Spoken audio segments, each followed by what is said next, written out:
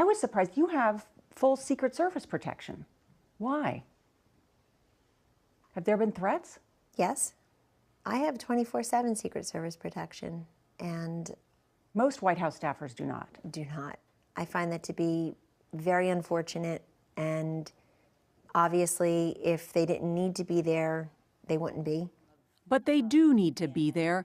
The unusual round-the-clock protection was granted to guard President Trump's high-profile, highly controversial White House counselor. You were going to stay on the outside and make a lot of money. Why did you go inside the White House? It's a great question, Nora. Every time I see people say she sold her soul, I'm thinking, wow, I was making in 1.5 speeches, so a couple hours out of my life, what I will make this year in the White House as counselor to the president. There is no den she will not go into. Of course, before she counseled President Trump, the 50-year-old attorney and businesswoman who founded her own polling company became the first woman to manage and win a presidential race. And it's because she's a woman, says Conway, that she finds herself a constant target. Take wearing that revolutionary-style coat at the inauguration. She responded to critics by saying, "Sorry to offend the black stretch pants women of America with a little color." Let's agree that it was silly to focus on your outfit. That's fine. But okay, who but are the black stretch pants women? Well, but the fact is that we are. I'm actually honestly asking because I don't know what the answer is. Goodness, I mean, walk through an airport. Look at a lot of America today. They don't wear anything that snaps buttons or zippers, and that's okay. That's their business. But why criticize what I wear? Fast forward to this past Monday, when she was photographed kneeling on a couch in the Oval Office. We're constantly going back to where I sat, the presumptive negativity of what I wore or what I said, and I do think it's a triple standard. I hate to tell you. And what does that mean, a triple standard? Well, people talk about the double standard of what a woman wears, not what she said, or what she was doing, X, Y, and Z. The triple standard is that conservative women are held to, are just cast aside many times by traditional feminist outlets and individuals who control a great deal of the media. I mean, I can't let the haters get to me or to the president. What he's doing here is so big. Then again, for some, it's not what she's wearing or doing.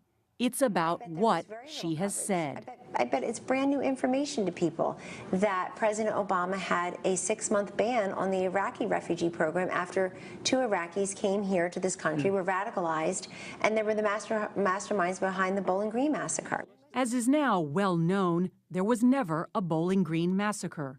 She called it an honest mistake. But there was also this remark about the size of the crowd on Inauguration Day. You're saying it's a falsehood, and they're giving, Sean Spicer, our press secretary, gave alternative facts to that. But the point remains. Wait a minute. Alternative facts? Alternative facts, 4 of the 5 facts he uttered. The one thing he got right was Zeke Miller. 4 of the 5 facts he uttered were just not true. Look, alternative facts are not facts. They're falsehoods. Did you take a credibility hit because of what happened with the Bowling Green massacre and what happened when you talked about alternative facts? Did that hurt your credibility?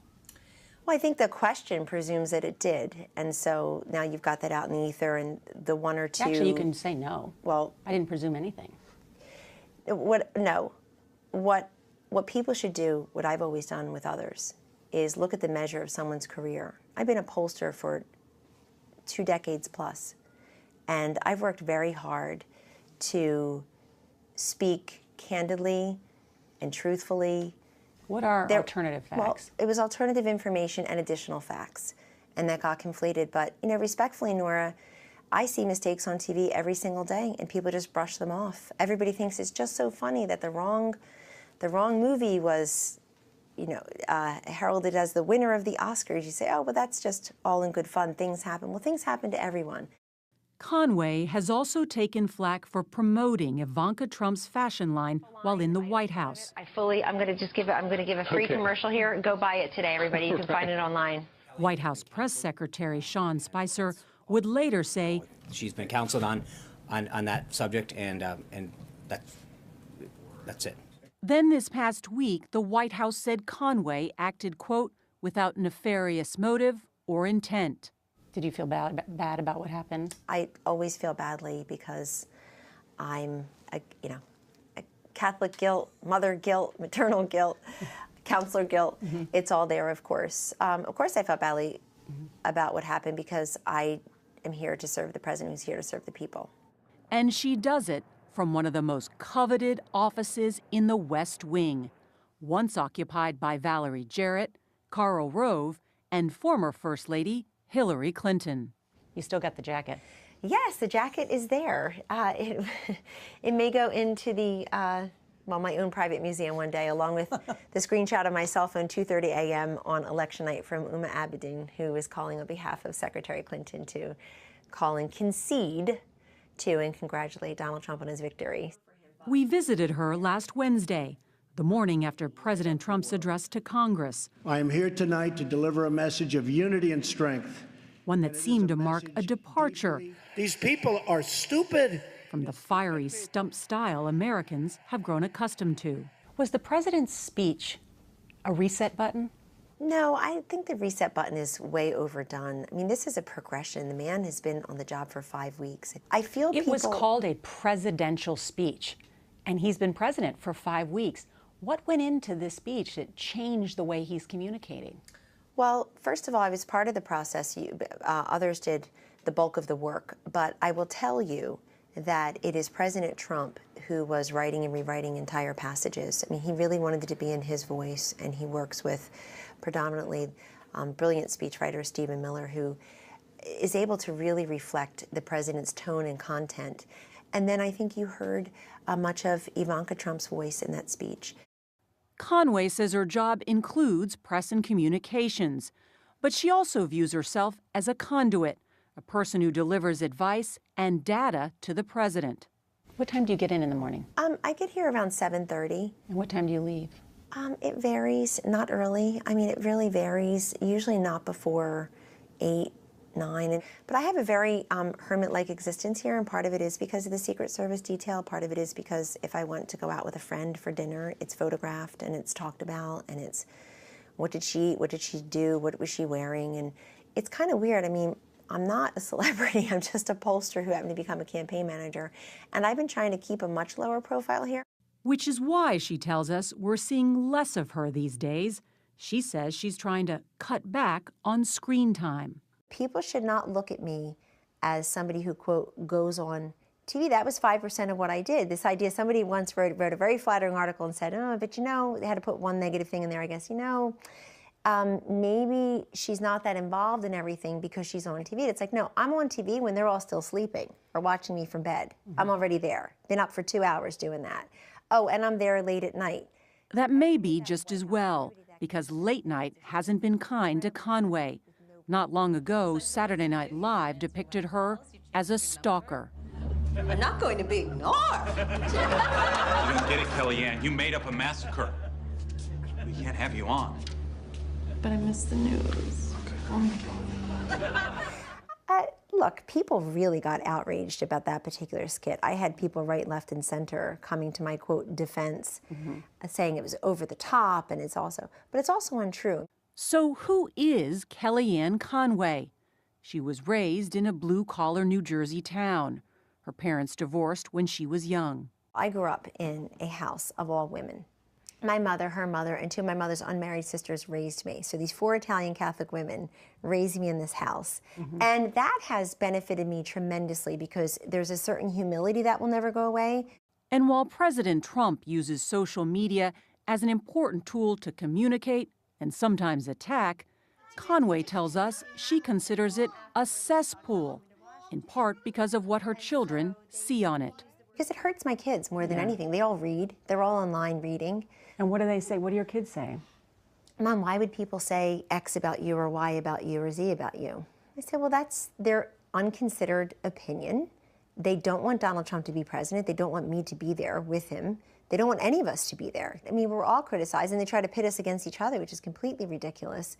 But I tell them, say a prayer for those people, because something's got to really bother you, that you feel so bent on criticizing someone you hardly know for doing a job that you can't begin to understand.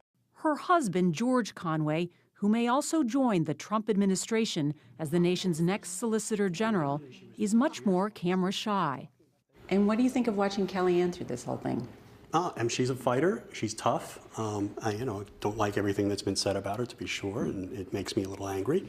It's part of the fact that she's out there for the president, and they're going to attack her. They're going to attack whoever they see standing up for the president. You talk so passionately about public service and the role that you're crafting in the White House.